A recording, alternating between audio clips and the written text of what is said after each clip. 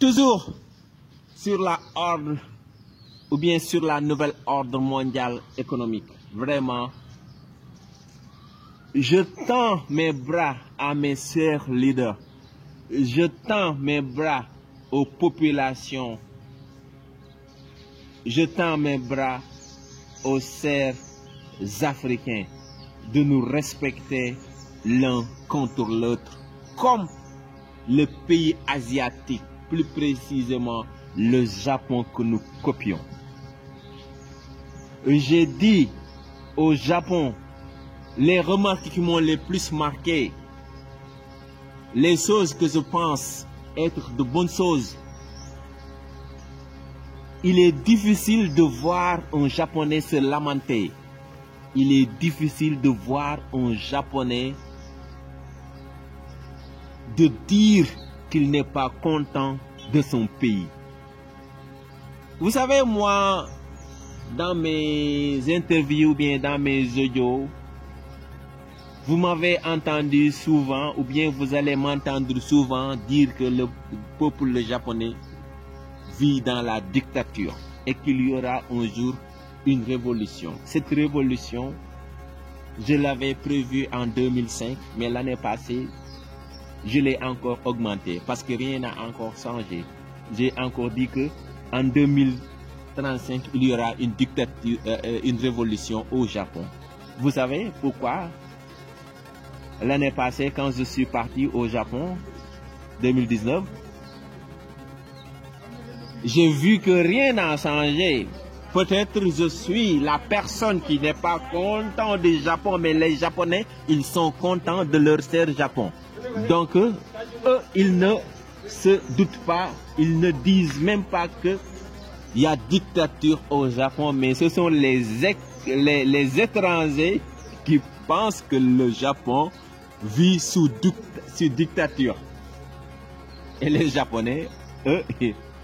ils pensent contrairement à ce que nous pensons. Donc en 2019, quand je suis parti là-bas,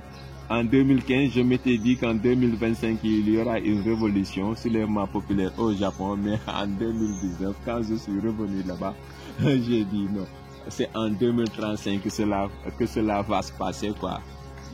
Ce soulèvement populaire, la révolution là.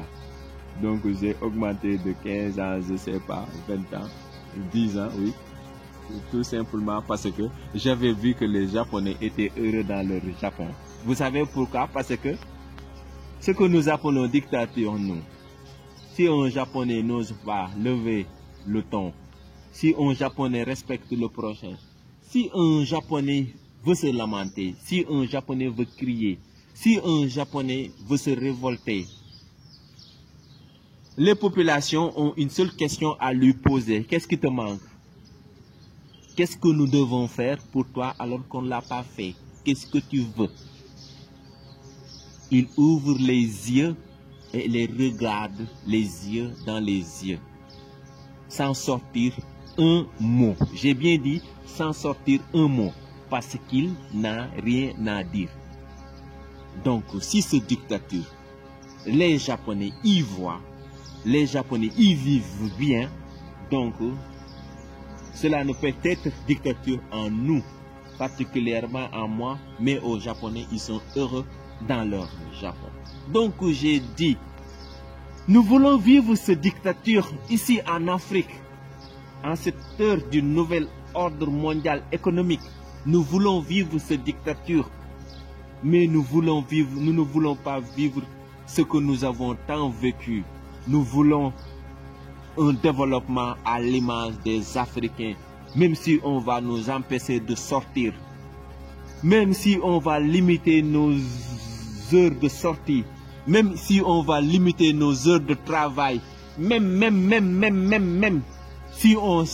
va changer tout, si on va nous vacciner pour nous donner nos droits, mais nous ne demandons que le respect du prochain, nous ne demandons que de nous donner nos droits. Nous sommes fatigués de vivre l'esclavage, de continuer à vivre l'esclavage jusqu'en. Nous voulons vivre cette dictature que vivent ou bien que vit le peuple japonais. Nous voulons vraiment, si cette dictature arrive jusqu'ici en Afrique, nous en voulons. Donnez-nous, s'il vous plaît.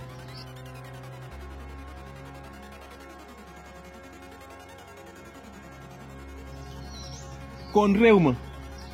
lépp loo xamante ne ni naxar la ñu yaakaar ko te réew ma bu ñu ko laajee lu la naxari ci seen réew mu ne dara kon la mu metti wala la ñu jàpp ne la mu metti ñun la metti waaye ñoom waa réew ma mettiw leen ndax ñoom ñu ngay gis seen bopp ci réew mi loolu lañ ne su fekkente ne nii mën nañ ñu ko teg nañ ñu tëj teg ñu ko nañ ñu pikiir teg ñu ko nañ ñu utal ay heure ñuy dox teg ñu ko nañ ñu am fu ñu yamale teg ñu ko waaye nag su fekkente ne nii wax dëgg yàlla dañoo tëj joxuñu ñu lekk joxuñu ñu naan dama ne est-ce que fipp bi nga xamante ne nii moom laa xayma woon sa réewam Japon ne 2025 japonais yi daañu mës a fippu ba ma fa demee daaw si 2019 ndax kat enregistrement bi ñu ngi ko def 2020 gannaaw boo ko dégluwaatee vers les années 2030 wala 2021 nga xam ne 2020 lañ ko defaroon moo tax ma ne daaw si 2019 ba ma fa demee fekk man newoon naa ne Japon gi day yàgg rek waaye bu ñu demee ba 2025 soulèvement populaire dina am si réew moom nga xamante ne ni moom mooy réewu Japon man loolu laa waxoon si jamono jooju noonu loolu maa ngi ko waxoon 2015 ndax ma gis japonais yi ni ñu noppee lu naxari waay rek daf koy muñ lu manti xew daf koy muñ japonais bi daf lay laaj ne la moo la naxari nga ne jàkk di ko xool di ko xulli say bët ne xujj doo am loo tontu boo demee ba bëgg a déconner parce que japonais day jékki sa mandi di yuuxu yu tar ci mbedd mi bu ko policiers yi ñëwee jël si nag ak cër boobu nga xamante ne ni ndeysaan ñoom lañ koy jox ndeysaan duñu dóor duñu xas duñu def kenn loo xamante ne ni lu ko naxari dañ nakaan la moo la naxari mu ne xujj ay bëtam daal di koy tijji lan moo la metti lan moo ñu warloo ak yow te defuñu ko ba tax nga nekk ci mbedd mi di yooxu lan moo tax nga bëgg a yàq dëkk bi lan moo tax nga bëgg a doxalee sa doxalinu bopp xen na nihonjin la ko japonais yi di wax un japonais bizarre japonais boo xamante ne nii daal waaw dafa ay mbiram dafa takk suuf daal waaw boo mandee ba yooxu noonu la ñuy wax xen na nihonjin wala benn japonais boo xamante ne ni da nga am beneen xeetu gis-gis bu bokkul ak xeetu Japon tënkuwuloo wala bugguloo tënku si li nga xamante ne ni moom mooy charte réew ma dañ naan xen na nihonjin un japonais bizarre benn japonais la boo xamante ne nii daal ñun comprendre ñu quoi bii xeetu japonais ban xeetu japonais la bii beneen xeetu japonais la voilà loolu la ñu wax bii beneen xeetu japonais la quoi bii beneen xeetu japonais la loolu la ñuy wax xen na nihonjin un japonais bizarre tout simplement parce que ñëpp góone xayre ba góoni stagaayra boobu amuloo sañ-sañu doxale beneen doxalin wala yor beneen doxalin boo xamante ne ni du doxalinu japonais yi yor yépp sinon da ngay nekk nakama hazure parce que si kaw ba si suuf dafa am fu ñu tënku école bi mbedd mi bureau yi classe yi jàngo bi école kii bi église bi jàkka ji ñoom ñëpp tënku nañu mooy la ñuy wax góone xayre ba góone stagaay rek képp koo xamante ne ni yaa ngi xëy di yeewoo fii si Japon ci génn buum gi ngay tënku boo génnee si buum gi rek doo am koo àndal parce que kooku lekkam ak naanam ni mu koy jotee liggéeyukaay ba fa muy am li nga xamante ne ni moom mooy casier judiciaire am japonais bu nekk am nga casier judiciaire parce que booy liggéey yi di nga yóbbu li nga xamante ne ni moom mooy sa jaar-jaar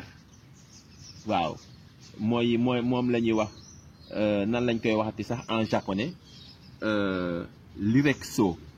l'irexo mooy sa jaar-jaar fi nga jaar da ngay bind jaar naa fi te dinañu tàppe xam ne yow jaar nga fii lan moo la génne foofu lan moo tax jaaroo fii motif yi la génne foofu yëpp dañ koy gis ci ordinateur yi donc ku nekk am na fi mu tënku kon nouvel ordre mondial bi ñu ngi proposer sunu leader yi loolu noonu ñu ngi leen di expliquer tamit loolu noonu pour ñu xam nit ñi ni ñu leen tënki foofu si réew mi waaye nag mu am li nga xamante ne ni moom mooy ay avantage am li nga xamante ne ni moom mooy ay inconvénient way parce que mbir moo gis nag dafay am li nga xamante ne ni moom mooy ay ngaañ-ngaañ yoo xamante ne ni daf si am si ngaañ-ngaañ yooyu noonu moom lañ leen di ñëwal